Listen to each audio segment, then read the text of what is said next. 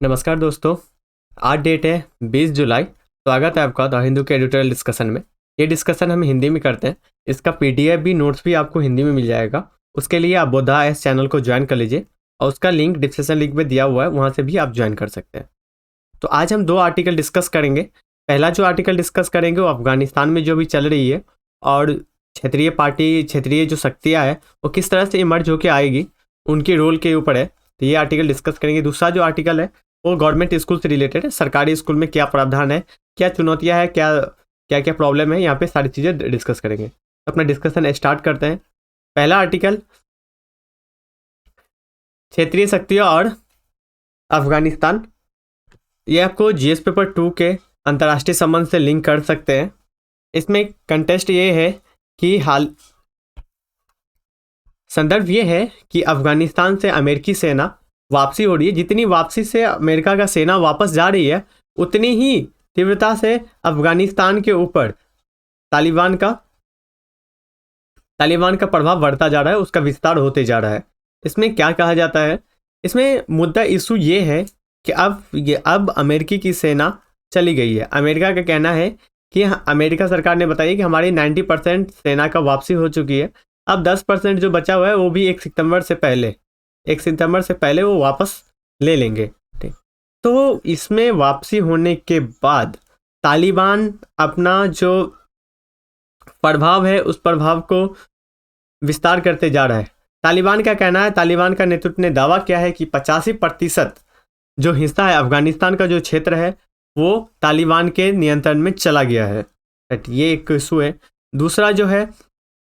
दूसरा प्रॉब्लम ये है कि जो बड़ी शक्तियां थी, पहले रूस थी अफगानिस्तान में, रूस के बाद यूएसए आए, अमेरिका है। अब अमेरिका को जाने के बाद अफगानिस्तान में कौन स्थान लेगा, कौन जगह लेगा। क्षेत्रीय शक्तियां हो सकती है, कुछ आ सकता है या नहीं आ सकता है, इसको लेके इशू जताई जा रही है कि प्रॉब्लम मुद्दा है कि क्या अमेरिका को पीछे हटने के बाद कोई यहाँ पे आएगी, कोई सेना जो साथ देगी अफगानिस्तान को यहाँ पे तालिबान से निपटने के लिए। नेक्स्ट पॉइंट ये है कि जिस तरह से तालिबान का प्रभाव बढ़ते जा रहा है अफगानिस्तान के अंदर, तो अफगानिस्तान में जो अफगान के हित के लोग हैं, ठीक है, उनमें उनके खिलाफ जब अफगानिस्तान इसमें तालिबान सेना ले लेगी तो हो सकता है कि अब अफगानिस्तान में गृह युद्ध, ठीक है, गृह युद्ध भी शुरू हो जाए। इसका कयास लगाया जा रहा है, इसका खतरा है, ये इशू है। इसमें ये बताया जाता है, अब राइटर आगे ये कहना चाहते हैं कि कोई अन्य क्षेत्रीय शक्तियाँ इनकी वापसी के बाद कैसे देख रही है, किस एंगल से देख रही है कोई क्षेत्रीय शक्तियाँ। पहला बात क्या जा रहा है, रसिया का, रूस का। रूस क्या सोच रही है, रूस को क्या स्टैंड ले रही है, रूस का क्या कहना है। रूस का ये है कि रूस अभी तक ये नहीं भूला है कि जिस टाइम रूस यहाँ पे था अफगानिस्तान के अंदर, उसी समय अमेरिका ने 1980 के दशक में अफगानिस्तान जो सोवियत कब्जे में था, ठीक है, सोवियत संघ का जो कब्जे में था, उस समय तक रूस अलग नहीं होता, ये सोवियत संघ का पार्ट था। फिर उनके खिलाफ जिहादी विद्रोह का समर्थन किया था। किसने? यूएसए ने उसका समर्थन कर दिया था। उसके बाद इनका इतना ज़्यादा अपमानजनक व्यवहार हुआ, अपमान हुआ, ठीक है, जिससे कि रूस को अपनी सेना वापसी करके ही इसको समाप्त करना पड़ा।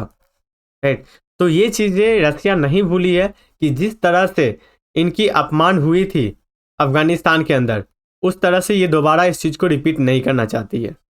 चाइना क्या चाहता है? चाइना का ये है कि चाइना अभी खुद घरेलू विवाद उनके बीच चल रहा है। हांगकांग का इशू हो गया, ठीक है, उसके बाद अभी थोड़ी सी इंटरनेशनल लेवल पे, अंतर्राष्ट्रीय लेवल पे ये भी चल रहा है कि कोविड के कारण जो कोरोना का जो विस्तार हुआ था, इसमें चाइना का अकाउंटेबिलिटी फिक्स किया जाता है कि इन्हीं के द्वारा, इन्हीं के लैब से किया गया है। ये सारी चीज़ें इंटरनेशनल लेवल पे। उसके बाद अंतर्राष्ट्रीय शासन में वेस्टर्न जो मॉडल है, पश्चिमी जो मॉडल है, उसके विकल्प में चाइना अपने आप को पेश किया कर रही है। जिस तरह से अपने आप को पेश कर रही है उसमें यह है कि अफगानिस्तान में जिस तरह से चाइना की हार हुई है, यूएसए की हार मानी जा रही है, ठीक है, कि यूएसए ने तो आई थी कि मैं यहाँ पे समझौता करके जाऊंगा, लेकिन वो चीज़ किए बिगड़, वो यहाँ से वापस कर गए, तो इनको हार ही मान रहे हैं, ठीक है। तो इससे वहाँ की जो विचारक है, ठीक है, वैचारिक जीत माना जाता है किसको, चीन को, बेजिंग को वैचारिक जीत ही माना जाता है। इसलिए उनका स्टैंड सीधा सीधा है कि अभी वो अफगानिस्तान में कुछ करने नहीं जा रहे, राइट। उसके बाद पाकिस्तान क्या चाहता है, पाकिस्तान तालिबान, इतना निवेश करने वाली पाकिस्तानी सेना, ठीक है, तालिबान को ये है क्यों नहीं चाहता कि तालिबान के साथ अफगानिस्तान में जाए, ठीक है। अफगानिस्तान डायरेक्ट रूप से पाकिस्तान नहीं चाह रहा है, और पाकिस्तान के भी अंदर भी इंटरनल प्रॉब्लम है, इनकी आर्थिक जो अभी समस्या सामने आ रही है, ठीक है, महंगाई जो आ रही है, ये सारी चीज़ें इनके अंदर है, ये भी नहीं जाना चाह रही है। नेक्स्ट, ईरान क्या चाह रहा है, ईरान देखिए अभी खुद जूझ रहा है अमेरिका के साथ, लंबे समय से टकराव हो रहा है परमाणु समझौता को लेके, जिसपे खुद उन पे सेंसस लगा हुआ है, तो वो भी नहीं चाहता कि इन पे हम जाए, ठीक है, अफगानिस्तान में अपना सेना भेजे या अफगानिस्तान में कोई हस्तक्षेप करे। इसलिए अमेरिका अभी उनके पड़ोस से, जैसे अमेरिका समाप्त हो चुका है, उपस्थिति उनकी समाप्त हो चुकी है, तो हैप्पी है ये ईरान। कोई ये नहीं है कि ईरान हैप्पी नहीं है, ईरान खुश है कि हमारे जो पड़ोसी देश है वहाँ से भी अमेरिका जा चुका है, जो कि अभी ईरान का सबसे बड़ा दुश्मन माना जा रहा है, ठीक है। नेक्स्ट, भारत का स्टैंड क्या है, भारत क्या स्टैंड लेना चाहता है, ठीक है, भारत क्या सोच रहा है। देखिए, जब अमेरिका का सेना था तो अफगानिस्तान के अंदर एक शांति का माहौल बना हुआ था लंबे समय से, तो इन लंबे समय से शांति के माहौल में जो इन्होंने योजना अपना बनाया, ठीक है, जो चीज़ें विस्तार किया सॉफ्ट पॉलिसी के माध्यम से भारत ने, उनके लिए अब एक कठोरता के साथ एक चुनौती सामने आएगी, वो आरंभ हो चुका है। तो सभी के लिए यहाँ पे स्टैंड अलग अलग है, लेकिन अब राइटर आगे ये बताते हैं कि जैसे ही चाइना हटी है, ठीक है, यूएसए की सरकार पीछे गई है, तो उससे क्या क्या इफेक्ट पड़ेगा, तालिबान को वापस आने से क्या क्या प्रॉब्लम होगा, ठीक है, इन देशों के बीच में। एक तो आप देख सकते हो आतंकवाद का बढ़ावा मिल जाएगा, ठीक है, जो वर्ल्ड लेवल पे, और ये चाइना भी, रूस भी नहीं चाहता ये हो, और चीन भी नहीं चाहता कि आतंकवाद की वृद्धि हो, ठीक है। तो इसलिए ये सभी इन सबके पास भी है कि तालिबान यदि ये फिर से आता है तो अंतर्राष्ट्रीय जो आतंकवादी संगठन है, आतंकवाद है, वो फिर से फैल जाएगा, फिर से उसका विस्तार हो जाएगा। उसके बाद चीन की जो घरेलू समस्या है, जैसे सिंजियांग जो इनका क्षेत्र है, इसमें उनके जो अलगाववाद समूह है, उनको कहाँ से सपोर्ट मिल रहा है, तालिबान से, ठीक है। तो तालिबान से मिल रहा है, तो इनमें इनकी घरेलू समस्या खुद से आगे आ सकती है चीन में, चीन के अंदर। चीन का समस्या ये बढ़ जाएगी कि अब तालिबान और आगे बढ़ के आ रही है, और तालिबान जो है अब एक कठोर संगठन के रूप में सामने आएगी। तो उससे ये होगा कि इनके ये जो सिंजियांग क्षेत्र है, इनमें खुद से इनका प्रॉब्लम क्रिएट हो जाएगा। उसके बाद ईरान का क्या टेंशन है, ईरान का चिंता ये है कि वहाँ के जो अल्पसंख्यक हैं, ठीक है, अल्पसंख्यक से जिस तरह से तालिबान ने पहले दमन किया था, उस तरह से फिर ये दमन करना स्टार्ट ना कर दे, ठीक है। ईरान और तालिबान ने सुन्नी उग्रवाद के शिया और फारसी भाषी अल्पसंख्यकों से निपटने में उनके दमनकारी जो रिकॉर्ड है, पहले जो रिकॉर्ड है, उसको नज़रअंदाज हम नहीं कर सकते कि किस तरह से उन्होंने अल्पसंख्यकों के साथ ये व्यवहार किए थे, राइट। ये इशू जताई जा रही है ईरान के द्वारा। पाकिस्तान का क्या है, पाकिस्तान का भी प्रॉब्लम है, पाकिस्तान की भी क्यों चिंता है। इनके जो पाकिस्तान में डुरंड रेखा है, ठीक है, उनके में जो पूर्व में जो संघर्ष था, उसमें क्या था कि तहरीक ए तालिबान पाकिस्तान के एक ये आतंकवादी संगठन है, ये अपना शत्रु मानते हैं पाकिस्तान को। हो सकता है कि ये संगठन आने के बाद इनका शरण मिल जाए अफगानिस्तान के अंदर, और ये पाकिस्तान के खिलाफ यहाँ से षड्यंत्र और इनके खिलाफ ये चालू कर दिया। आपने हाल ही में देखा होगा कि किस तरह से एक बस के अंदर ब्लास्ट किया गया था, बम ब्लास्ट करवाया गया था, जिसमें चीन के नागरिकों 2 या 3 नागरिक का मौत हो चुका था। तो उसके बाद चीन और पाकिस्तान के बीच में कंट्रोवर्सी आ गई थी कि हमारे सेना को आप सुरक्षा नहीं कर पा रहे हैं। कि भारत का क्या है इशू, भारत का यही है कि आने वाले समय में हो सकता है तो तालिबान जब आएगी, पूरी शासन में आ जाएगी, तो ये अफगानिस्तान को भारत के विरोधी जो आतंकवादी समूह है उसको पोषण, मतलब उसको जगह देने का काम स्टार्ट कर सकते हैं, ठीक है।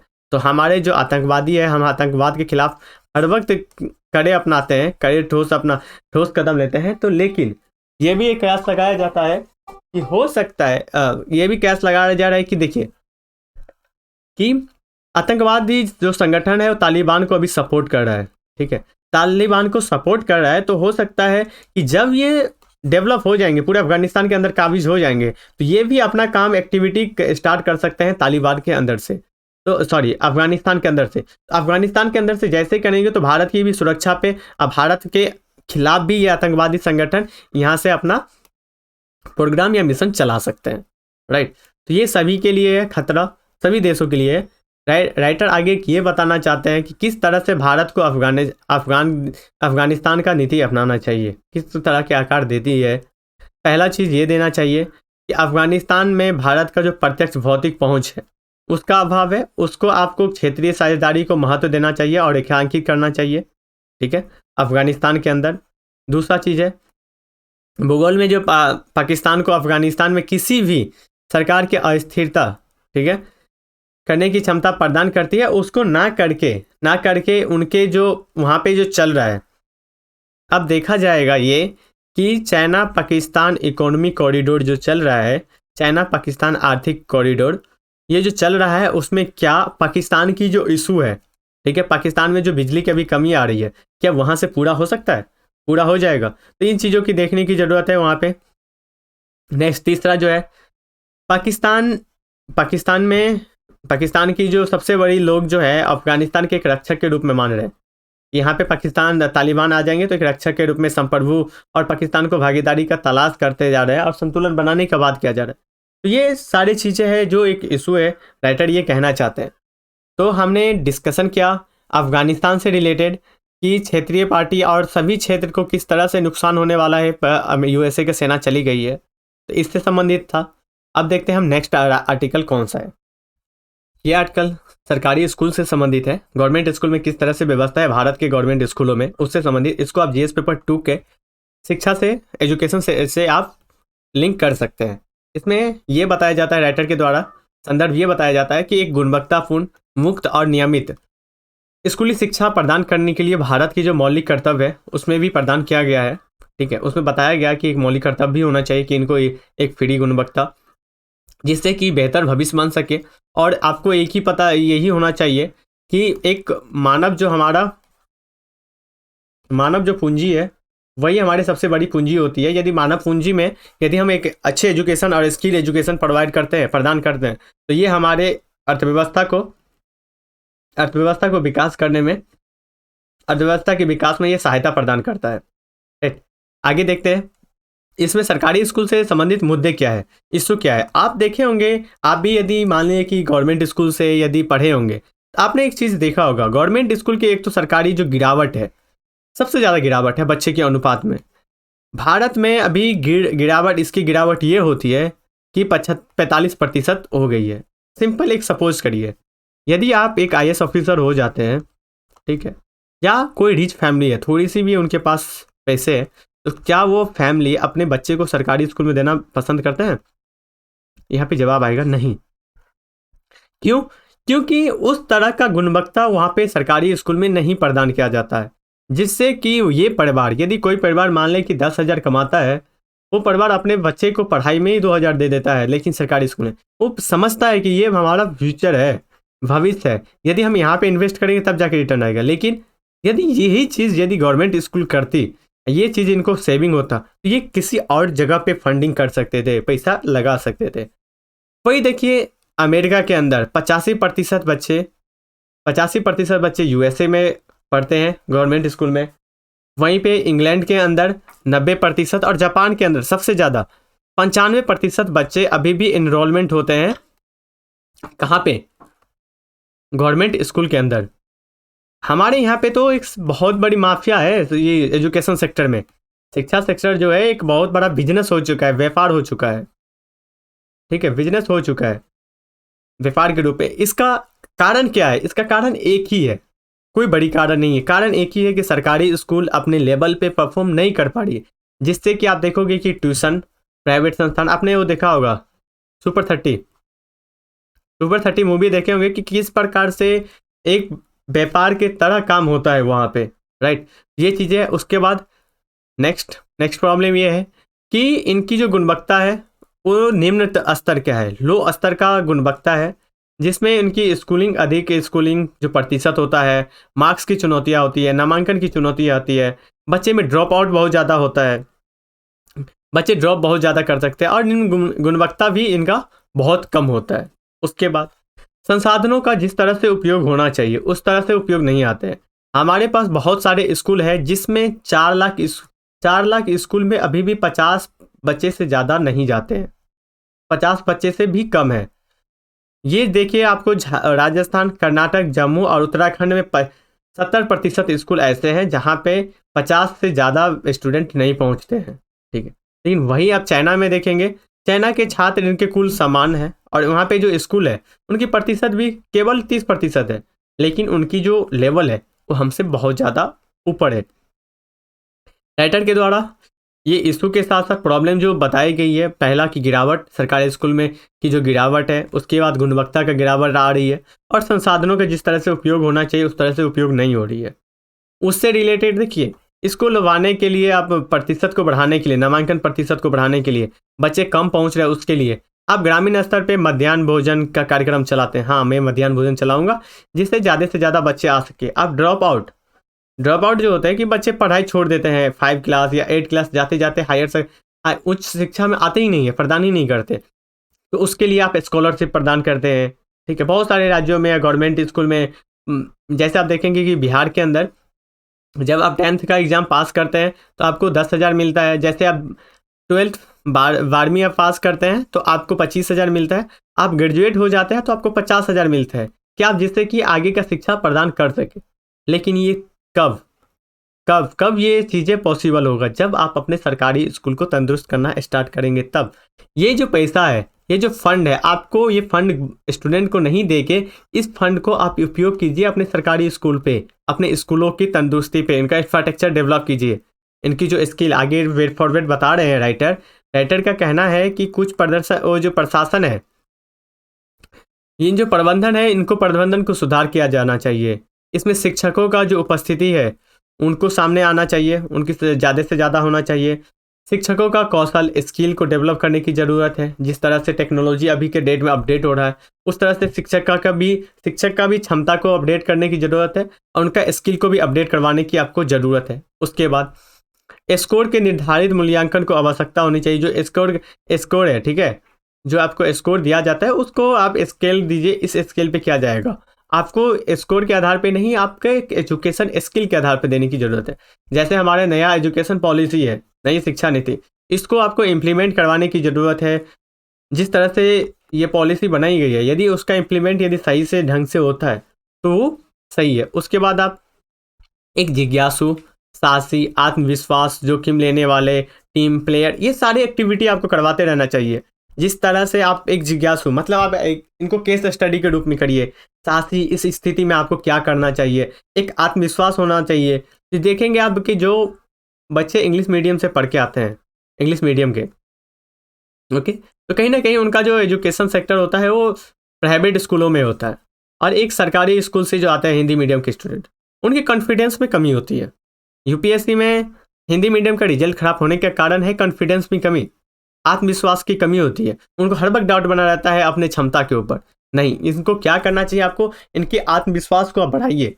इस चीज़ों को बढ़ावा देने की आवश्यकता है। उसके बाद शिक्षक की क्षमता को बच्चे के साथ बातचीत करनी चाहिए। उनका ज्ञान, उनकी नॉलेज, क्षमता, हर बच्चे को कोऑर्डिनेट करना चाहिए कि ये बच्चे किस क्षमता के हैं, इनके अंदर क्या चीज़ें ऐसा है जिस पे हमें काम करने की ज़रूरत है। इसके लिए टीचर को बच्चे से एक रूटीन वे में बात करना चाहिए, जिससे कि सामने आए कि इस बच्चे के अंदर क्रिएटिविटी क्या है, ठीक है। ये सारी चीज़ें हैं।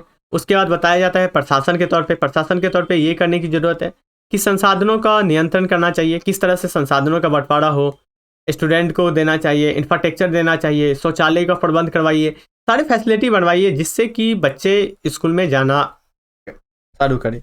उसके बाद अंग्रेजी को अनिवार्य करने, यहाँ पे राइटर अंग्रेजी को अनिवार्य करने के बाद कहा जा रहा है, इनका कहना है, राइटर का कहना है कि आप अधिक स्कूलों में देखेंगे और खासकर एग्जाम में देखेंगे जो रोजगार के लिए एग्जाम होता है उसमें 50% से अधिक बच्चा अंग्रेजी मीडियम के पास आउट हो रहे हैं।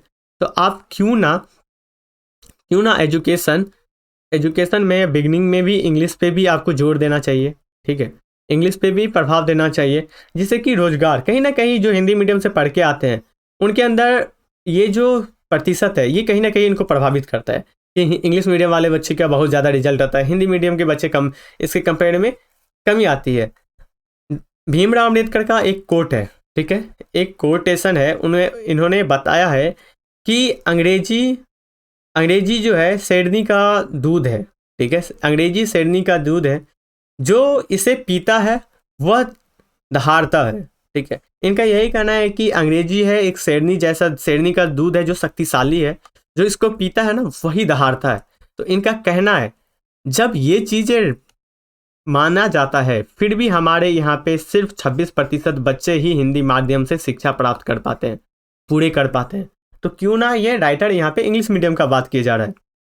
उसके बाद 2020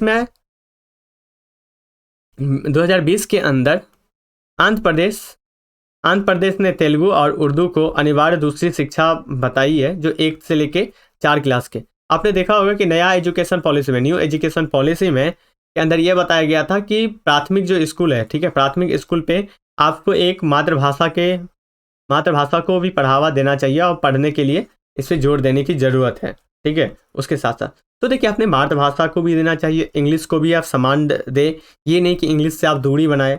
ये इंग्लिश से दूरी बनाने का मतलब है आप देख सकते हैं कि इतने बड़े ज्ञानी आप बता सकते हो कि इतने बड़े जिनका आपको ज्ञान झलकता है हमारे संविधान के अंदर, भीमराव अम्बेडकर का, इनका कोटेशन यही है कि अंग्रेजी जो है एक शक्तिशाली है, जो आप एक कॉन्फिडेंस बढ़ जाता है, तो उस पर आपको काम करने की ज़रूरत है, राइट। नेक्स्ट निष्कर्ष में ये बताया जाता है और राइटर का संदर्भ ये है कि हमारा जो कमज़ोर स्कूली शिक्षा है, इंफ्रास्ट्रक्चर है, उस पर आप सही से सही इंफ्रास्ट्रक्चर है, ओके, उस पर आपको जोर देने की ज़रूरत है, उनको स्किल पूरा करने की ज़रूरत है। आप इस तरह से इनको करिए जैसे आप इसमें दिल्ली का एजुकेशन या दिल्ली का सरकारी स्कूल आप दे सकते हैं, गवर्नमेंट स्कूल, ठीक है। दिल्ली का जो गवर्नमेंट स्कूल है प्रेजेंट समय में वो अभी एक प्राइवेट स्कूल के कंपेयर में फार बेटर है। उनके यहाँ पे हैप्पीनेस क्लास चलती है, डिजिटल बोर्ड है, जिस माध्यम से अपडेट हुआ उस माध्यम से करने की ज़रूरत है। तो गवर्नमेंट राइटर के द्वारा यही कह रहा है कि जिस तरह से आपकी कमियां को देखिए और प्रयास करिए उसको ख़त्म करने के लिए, और नियमित रूप से करिए, जिससे कि हमारे सामने सरकारी स्कूल का जो परफॉर्मेंस है वो बेहतर हो सके। और इस पर आपको बजट भी ऑलेट करना चाहिए और इस पर स्किल पे भी आपको काम करना चाहिए, ओके। तो ये सारे आज हमने डिस्कशन किया, तो ये सरकारी स्कूल से रिलेटेड हमने डिस्कस किया कि किस तरह से प्रॉब्लम है और क्या इसका सोल्यूशन होना चाहिए। तो आज के डिस्कशन में इतना ही। उससे पहले कि आप बोधा इस चैनल को लाइक, सब्सक्राइब और शेयर जरूर करें। सब्सक्राइब कर लीजिए क्योंकि कंटिन्यू आपको मिलता रहेगा, और फ्रेंड के साथ शेयर करें, और इससे शेयर करने से हमें भी ज़्यादा से ज़्यादा मोटिवेशन मिल पाएगा कि हम इस इनिशिएटिव को कंटिन्यू कर पाए।